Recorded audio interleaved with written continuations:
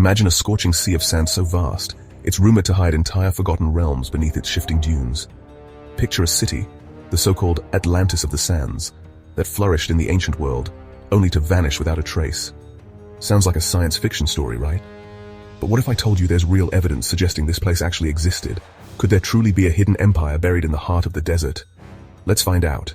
Before we dive headfirst into the mystery recapped of Ubar, let's lay the groundwork.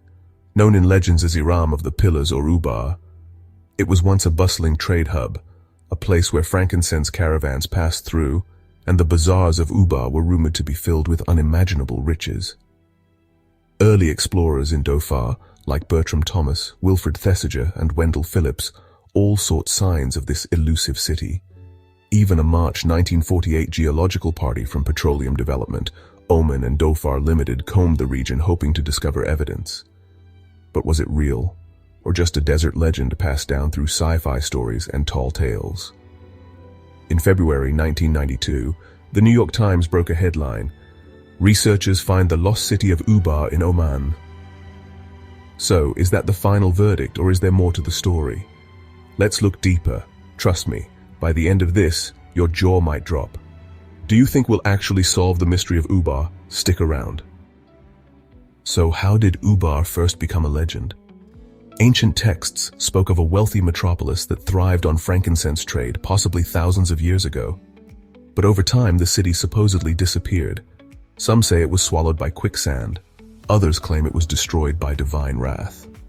Here's the question. Could a city that significant really just vanish?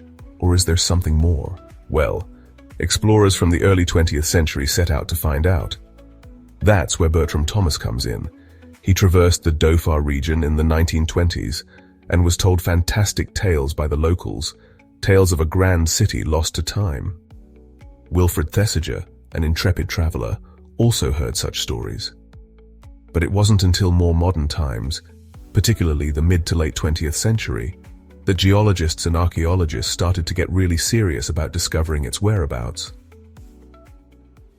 Bertram Thomas documented local legends of a city called Ubar or Iram. Then came Wilfred Thesiger, an explorer famous for crossing the Rub al-Khali, the empty quarter. Although he never claimed to have found Ubar, his writings added weight to the possibility of a hidden city. Wendell Phillips, an American archaeologist turned adventurer, also sought the city's secrets. And let's not forget the March 1948 geological team from Petroleum Development, Oman and Dhofar Limited, who were searching for oil but ended up with intriguing clues in the process. The question is, did any of them find concrete proof? Or did they just open the door for future generations, like NASA scientists in 1992, to finish what they started? By the way, if you're loving this exploration of the forgotten realms of history, tap that like button to let me know you're on board. And stay tuned, there's more to come. But there's one legendary name we haven't mentioned yet. T.E. Lawrence, better known to the world as Lawrence of Arabia. Though he never mounted a full-blown expedition to find Ubar himself, he's the one who famously dubbed it the Atlantis of the sands. Imagine being so captivated by the desert's secrets that you give a lost city a moniker worthy of a Hollywood blockbuster. Why did Lawrence believe in Ubar's existence so strongly?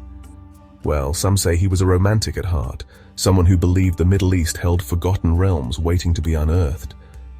By coining such a dramatic name, Lawrence sparked the imaginations of Western audiences, making them ask, could this desert metropolis really be an Atlantis waiting to be found? Let's be honest. If Lawrence had Twitter, he would have been tweeting out desert photos captioned, "Looking for my Atlantis, BRB." And we'd probably all be retweeting like crazy. And it's not just Western explorers who add layers to the Ubar legend. In fact, some believe there might be an even more ancient clue, hidden in Holy Scripture. So, mystery recapped. NASA got involved in the early 90s. They used satellite imaging to detect ancient trade routes beneath the sands. These routes converged at a point in Oman's Dhofar region, leading some to declare they'd found Ubar, the Atlantis of the sands. But the first question, was that conclusive proof, or just a well-educated guess? Excavations revealed an ancient fortress and evidence of a settlement, pottery shards, structural remnants, and well-worn incense trade paths. However, skeptics argue that it might have been just another old fort city, not the grand, mythical Ubar. Which is it? Could these findings explain the phenomenon, or is there something more waiting beneath the dunes? Before we jump to conclusions, let's consider what the experts had to say. You might be thinking, hold on, NASA is famous for looking up at the stars, not down at the sand. Well, welcome to the 20th century version of desert detective work. Because when you've got satellites at your disposal, you might as well use them to see if your epic legends are real, right? Now let's break down the top theories surrounding Ubar's disappearance. Divine wrath. Some historical and religious accounts imply the city's people became corrupt, so it was smited and buried by desert sands. Quicksand. Collapse.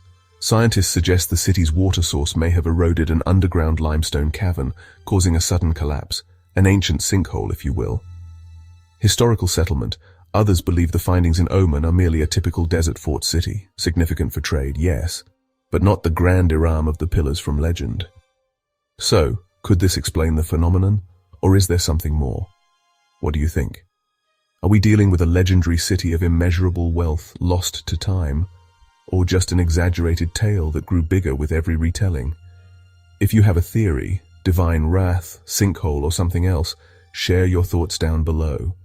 Your voice matters, so let's see who believes in the magical side versus the geological side. For those itching for more sci-fi stories and real-life mysteries colliding, make sure you're subscribed. We delve into everything from ancient lost cities to bizarre urban legends. Who knows, maybe our next video will blow your mind even more. Once you have subscribed, leave a comment saying "I subscribed," and I will personally reply to you. Now back to Ubar. The New York Times article from February 1992 sparked a flurry of excitement. Headlines read, "Atlantis of the Sands Found." But not everyone was convinced. Some archaeologists claimed the actual site was no more than a relatively modest outpost for incense trade. So the question remains, are we celebrating the discovery of a legendary city, or have we just scratched the surface of an even bigger puzzle? Another fascinating angle? The Quranic Civilization of Ad. In Islamic tradition, the people of Ad lived in a grand city, sometimes called Iram of the Pillars, known for its towering architecture and unmatched wealth. According to the Quran, they grew arrogant, ignored divine warnings, and were ultimately wiped out by a catastrophic storm, a fate reminiscent of how some say Ubar was swallowed by the sands. Could Ubar be that very city mentioned in the Quran? Is this a case where myth, religion, and archaeology converge to reveal the same truth? If so, it wouldn't be the first time a spiritual text has preserved a historical event. Just ask those who look for Noah's Ark on mountaintops. Think about it. If Ubar truly is the capital of Ad, are we staring at physical evidence of an entire civilization's downfall? Or might it just be a convenient way to connect a famous legend to an enigmatic archaeological site? And if you're picturing ancient scribes face-palming at us modern folks for not catching on sooner, well, maybe they left a big neon "We warned you" sign in the desert, but it got buried in the dunes. As with all great mysteries, the truth behind Ubar might be a bit of both, fact and folklore intertwined. We may never know if we've uncovered all there is about the Atlantis of the sands, but sometimes, isn't that lingering uncertainty what makes history so captivating? Could this lead us to something even greater? Perhaps another hidden city or a deeper insight into ancient civilizations? The desert might just have more secrets to share. Before we wrap up, here's where my imagination goes into overdrive. Ever wondered if Ubar could be more than just a desert legend? Let me share a few purely speculative ideas. Brace yourself for a wild ride. Disclaimer. These theories are my personal interpretations, meant to spark discussion. There's no direct evidence for them, so think of this as a mental exercise rather than a hard fact. Could Ubar be the origin of the Atlantis story? Plato's Atlantis supposedly came through Egyptian priests who shared the story with Solon. What if those Egyptian priests had actually heard tales of a prosperous desert city, Ubar, famed for its wealth and trade? Could the legend have slowly evolved, shifting from a desert setting to a sunken civilization surrounded by water? It sounds outlandish, but in ancient times, stories traveled fast along trade routes, morphing with each retelling. Did Egyptians know about Ubar? Egypt was a regional powerhouse with vast trade networks. It's not a leap to imagine knowledge of a rich frankincense hub like Ubar drifting north via merchants or intermediaries like the Nabateans or Sabaeans. Maybe Egyptian priests blended real facts about Ubar into their own myths, leading to the elaborate lore that eventually reached Plato. The Quran's Iram of the Pillars. In the Quran, we hear about a magnificent city called Iram, destroyed for its arrogance. Could Ubar be that very place, the real Iram? Was this legend preserved in Islamic texts after centuries of oral tradition, possibly influenced by Egyptian or other ancient civilizations along the way? A universal theme of hubris. Whether it's Atlantis, Iram, or Ubar, each tale warns us about the fragility of wealth and power. Maybe these parallel stories of downfall weren't just coincidence, but a shared cultural motif, one that resonates with our timeless fascination for rise and fall narratives. These are just my personal theories, and I'd love to hear your take. Have I gone off the deep end, or is there a grain of truth here? Let me know in the comments. So what's your theory? If this mystery recapped made you think twice about the power of legends, go ahead and tap that like button. And if you can't get enough of hidden histories, make sure you hit subscribe, because my next video peels back the layers on Atlantis itself.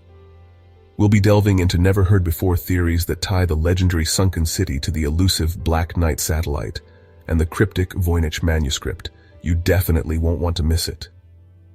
And while you're at it, share this video with a friend. Maybe they'll help us crack the riddle of Ubar once and for all.